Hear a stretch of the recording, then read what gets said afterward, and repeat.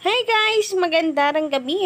Welcome back po dito sa Gandara SRU channel. Andito na naman nga po ako ang nagmamaganda ninyong ka-legendary guides para magatid ang latest update and fresh happenings about sa TVJ, sa 8 Bulaga at sa loob at tabas po ng showbiz. And for today's video, ang ating pag-uusapan nga ay pumapatungkol po dito sa papalit sa tahanang pinakamasaya na e-ere po sa Jamie 7 katapat ng 8 Bulaga. So, mainit kasi itong pinag-uusapan ngayon sa social media dahil sa lumabas na isa pong balita na kung saan, kumpirmado na nga raw na it's showtime po ito. So, dapat na nga bang kabahan ang mga Itbulaga fans at paghandaan ito ng TVJ? Anyway, sa mga hindi pa po nakaka-subscribe sa akin channel, huwag niyo pong kalimutan pindutin ang subscribe button and notification bell para kayo ay maging updated at una sa mga balita po natin. Samantala, nais ko namang i-shoutout ang mga masusugid po nating taga-subaybay bilang pasasalamat po sa inyong walang sawang pagsuporta sa aking mga video sa araw-araw. Shoutout po Sir Ramon Alan Layog. Magandang gabi sa inyo. Sir Eddie Bukayo, ayan, kauna-unahan natin ata itong subscriber shoutout po sa inyo. Sir Lips for Fernandez, shoutout. Sir Orlando Gimatico, magandang gabi. Pati po kay Sir Rene. Ayan, maraming salamat po sa inyong pagsuporta araw-araw sa ating pong update. Samantala, narito naman po ang ating ratings. Speaking of labanan ng noontime shows. So, narito po ang ratings ng Itbulaga with 4.1% and 3.5 naman sa kapamilya noontime show na It's Showtime. So, ito po ay March 14, 2024, araw po ng Webes na ratings. TV ratings po ito na pinagbabasihan po ng mga advertisers. Kaya naman kahit ano po ang post nila Procnoy at nila Best Pills na tape defenders ng Kantar TV ratings na silang number 1, napasarap pa rin ang kanila pong programa. Sapagkat, sino nga ba naman sila? Para pakinggan po ng mga advertisers. Palagay ba nila, ganun po sila or kung mga sino po sila para paniwalaan ang mga advertisers? So, sa ngayon, sa bakbakan po ng Showtime at Itbulaga na parehas pong legit the noontime show mga kadabay-kads, malaki rin ang ibinagsak po ng Showtime.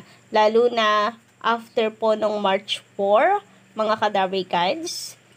Kaya naman sa muli pong pagbabakbaka naman nila kapag lumipat po ang Showtime sa Jamie 7, ay marami po ang mga ka-legendary guys po natin na naniniwala na still TVJ po ang mangunguna. So, narito nga po ang update na kung saan matapos pong mategi sa ere ng tahanang pinakamasaya, Showtime po ang papalit nito at nag-iintay na lang ng co-signal. So, meron pong post ang philstar.com na kung saan topic nga po ito sa social media. Sabi sa caption, ABS-CBN Noontime Show, It's Showtime, will transfer to Jamie 7 main channel according to a report.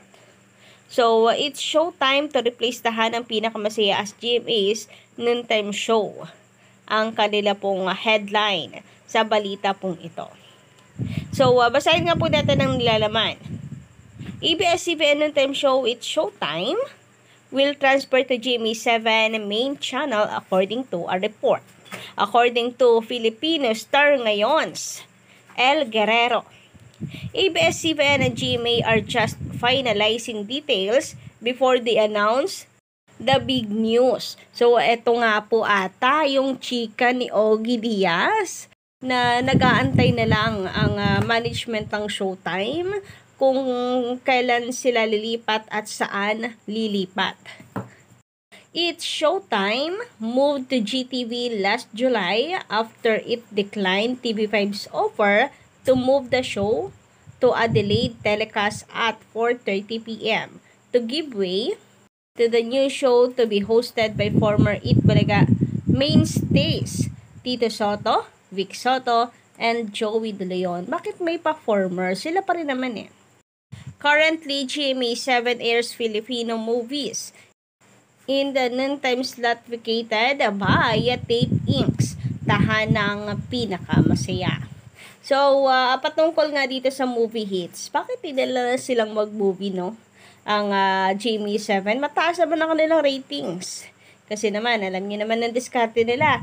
Kung hindi po palabas ni Vice Ganda, palabas naman ni Bossing ang kanilang ipapalabas para makuha po ang mga viewers ng dalawang in-time show. Napakagaling din dumiskarte talaga, no? Ng Jamie 7, maasahan. Anyway, sabi dito, Television and Production Exponent or Tape Inc.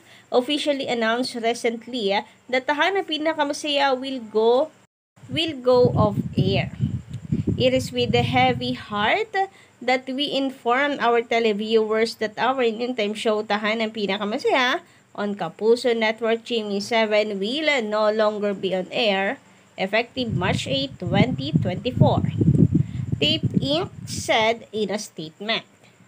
Jamie 7's kind consideration and understanding of the company's unwanted circumstances have been instrumental in helping the company in this transition. So, iyan nga yung naging statement po kasi nila after pong mapasara or sumara ang Tahanang Pinakamasaya. Despite our best efforts to save the show, both parties have reached a mutual agreement to finally call off the show. So, may reason pa ba naman nga ang GMA para pigilan kayo? Sabihin man ninyo na hindi kayo pinalayas. Siyempre, sakit naman sa balita. Kung ang lalabas sa balita ay GMA ang sumuko sa inyo at pinalayas na kayo ng tuluyan, di ba? So, may reason pa nga ba naman ang GMA para ipaglaban po kayo? May reason pa ba ang GMA para kumapit na kaya nyo yan? Makakabawi din kayo. So, talaga magtatagpo kayo sa mutual agreement na wag na lang ituloy ang programa.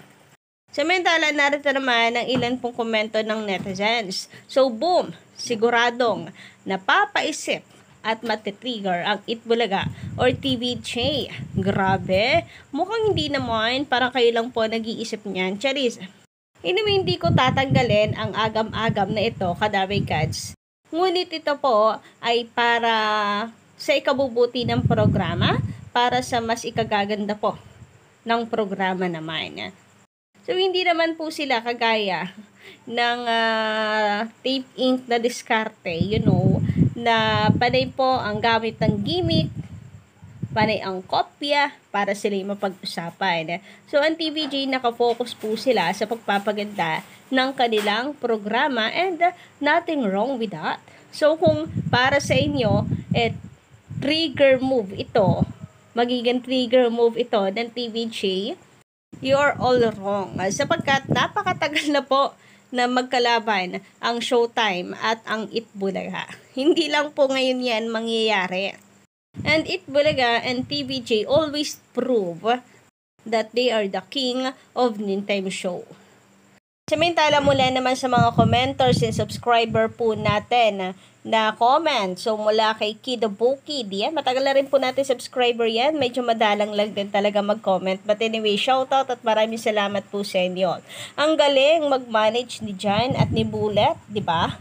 Mantakin mo, napabagsak agad ang kumpanyang pinaghirapan ng matandang halusos.